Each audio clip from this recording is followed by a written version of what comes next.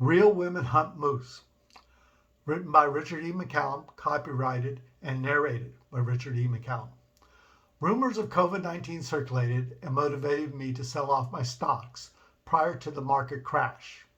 My uptown condo sells to an overseas cash investor just before flights are restricted.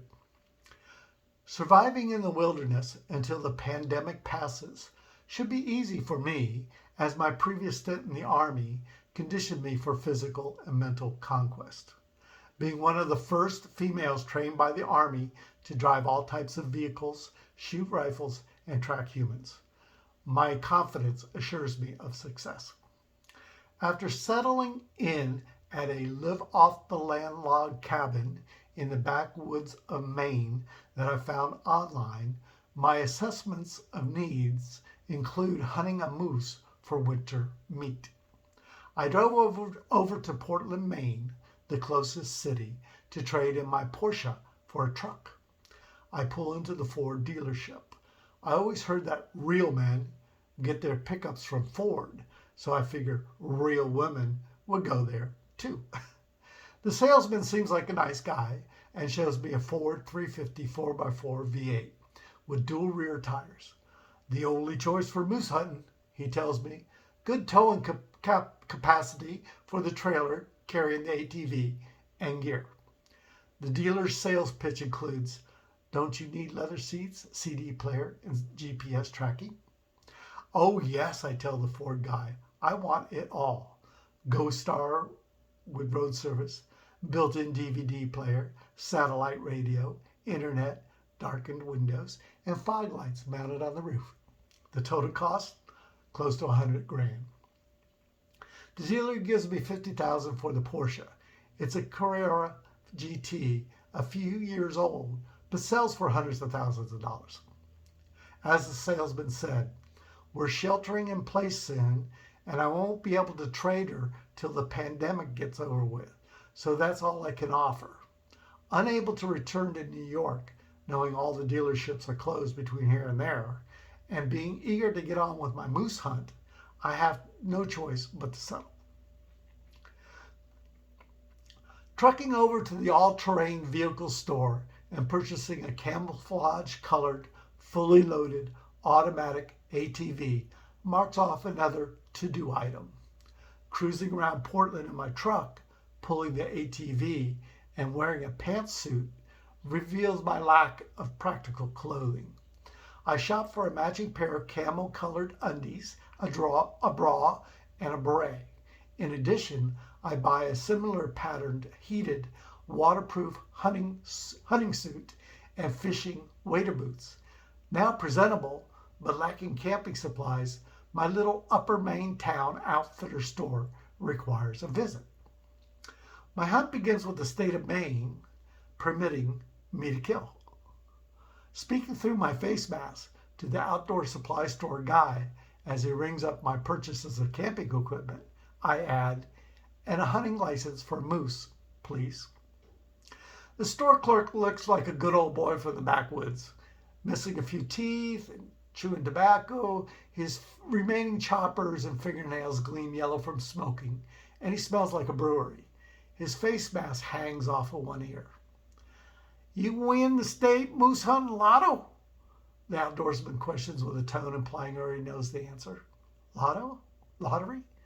Don't recollect seeing you about these parts before. You a Mainer? No. The tobacco chewer aims towards a spittoon near my feet. Got one could transfer to you, but it'll cost $1,000. He hits the rim, and it oozes down both the inside and the outside of the container.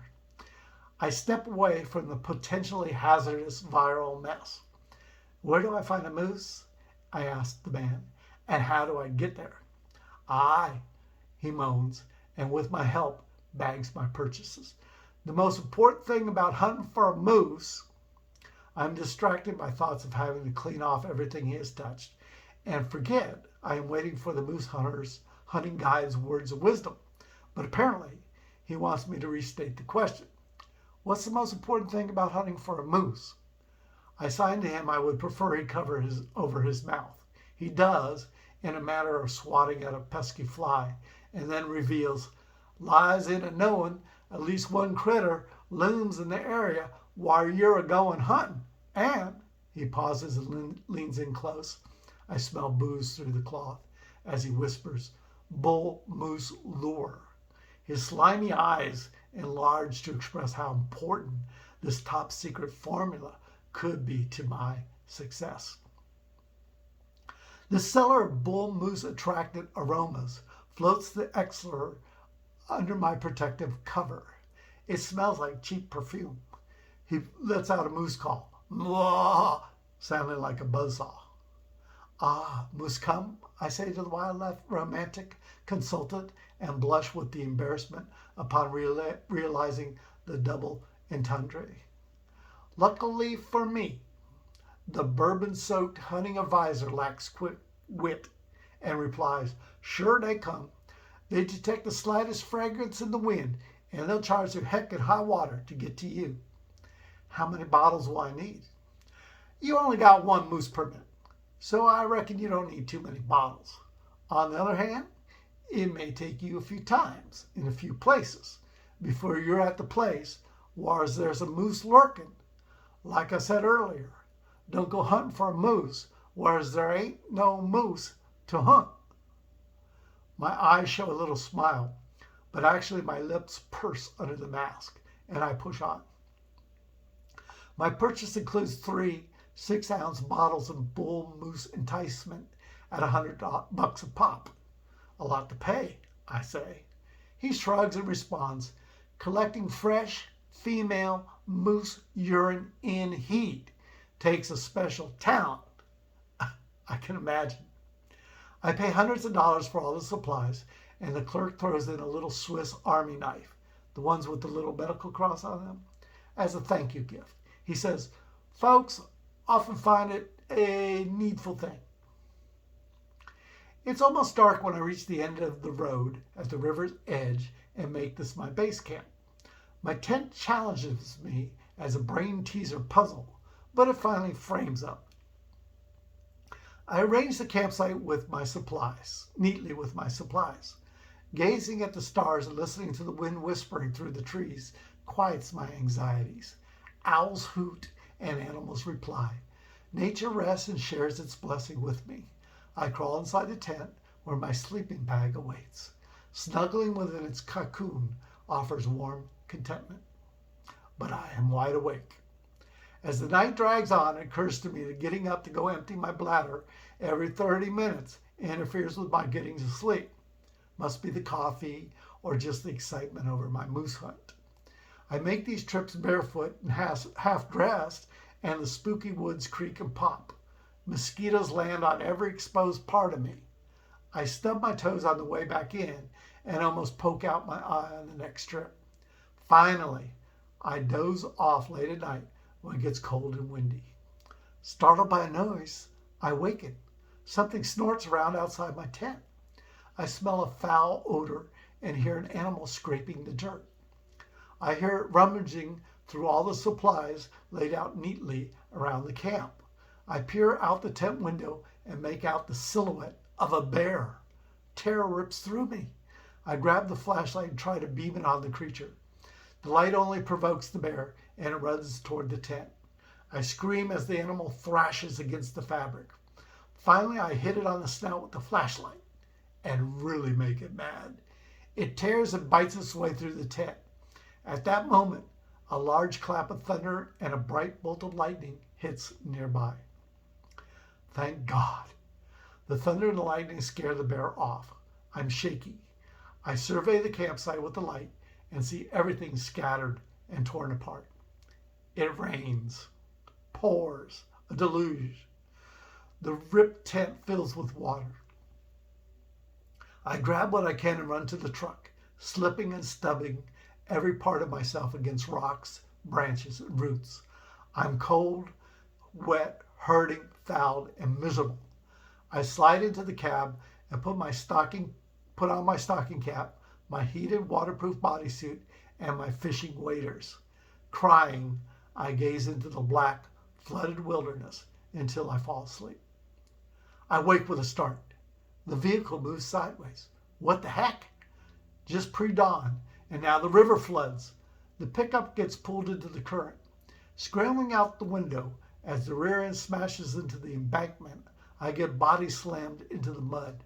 Slipping and sloshing my way to the trailer, my best effort succeeds in rolling off the ATV. Loading it with as much gear as possible and hopping on, I fumble but manage to get it started. Zooming off the riverbank and onto the trail happens just as my truck rolls over and sweeps downstream. Bye-bye, $100,000, I say to myself. The terrain gets soggier and soggier along the swampy part of the river. Finally, the mud and the brush become too thick for my ATV. I barely get my gear off before it flushes down. Whoosh, gurgle, gurgle. I spot an overhanging tree on the riverside of the island and figured the intertwining branches will make an ideal hunting lair. I hear a buzzsaw. Who would be cutting wood out here? I hitch up my fishing waders and carry my gear over. Branches move around in a weird pattern upstream, and I fear a log floating down the stream might hit me. Stop with the buzzsaw! Slipping, falling, and just about drowning, it takes 4 trips to haul everything across. Exhausted, I notice it's not even full light yet. Climbing the tree and crawling out on a low entanglement of branches offers support for all my gear. The river runs deep under me. Buzzsaw, buzzsaw. Who makes that sound? I fill the bucket and mix in the lure. I pour steady stream into the water. At the rate I estimate, a female moose might relieve herself and the bucket nears empty. My observation focuses on the drifting branches rising and sinking in the current.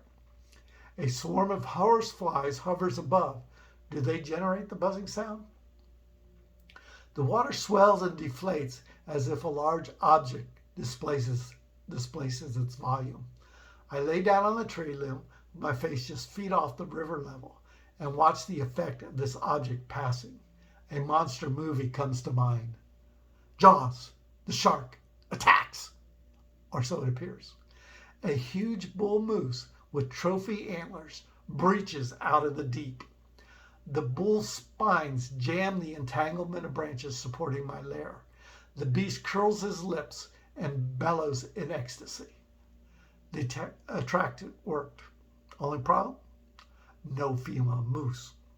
The moose's pikes entwine my clothes, and my body snares on top of the bull's head. Unbelievable. By now, the bull knows he did not capture the object of his desire. He cannot fling off my body while floundering in the deep water and struggling to keep his nose and mouth above water. A scream, a prayer. Finally, the bull smashes into a log jam, which shifts with the impact and traps it. The moose panics and tosses his head from side to side. Thrown onto a log, one of my feet gets caught under his antlers. Fatigued, the moose can't hold his nose and mouth above the river and drowns. His upper head, with his eyes just above the waterline, stay afloat, supported by the log ensnared antlers. He stares at me. My warm camo outfit and waders kept me waterproof from head to toe, and gratefully, my stocking cap did not abandon me during the wild ride. The day passes with me squirming, wiggling, and suffering panic attacks until drained. Famished. Could I eat the moose? Incredibly thirsty, but I dare not drink the river water. I cry. Again. How many times? Night falls. Chilled. I feel the spirit of the moose. Haunted. The moose's eyes stare at me. I reflect on my role in the death. This great spirit of the deep forest, vibrant, full of energy, who only sought to procreate, now will reign no more. My primal human need to survive on my own fueled his demise. My life goals lost, another victim of the plague. Sleepless, thoughts of other people trapped in life or death situations come to mind. One man cut off his hand to free himself. I searched through my pockets for anything I could use to slice off my foot. I pat the pockets of my jacket and discovered the one thing not paid for, the Swiss Army knife. Needful thing. I quote the wise man who gave me this gift. As the sun warms, I doze on and off, but awake as the mosquitoes and flies target my exposed parts, like a tortured soul left for their demonic pleasure. Late morning, I push as hard as possible to move the logs and gain access to my foot. Instead, to my amazement, at that moment, the timbers spin apart and the whole entanglement comes undone. Flung free of the moose and catapulted onto one of the logs, my glance back reveals the moose's head, his glazed, motionless eyes beholding me, sinking under the bubbling foam. A spiritual connection forged, I know this grandiose creation of God forgives me and will protect me. I hug my log like a koala bear as it breaks free from the jam and heads down the river. I shoot out of a series of rapids at a pretty good clip. My log targets a woman in a canoe, dead ahead. We collide and spill into the water. I struggle to discard my protective bodysuit as it now fills with water, as well as my waders and stocking hat. Stripped down to my camouflage bra and panties, I struggle to help her as she struggles to help me. Together we make it to the shore and collapse. My attempt to apologize and her feigned anger both cease when we burst out laughing. We laugh for so long we can't catch our breath. We shiver. The lady snuggles close, and risking contamination, we hug. Having lost everything, she gifts me a needful thing, human touch. Thank you. The end.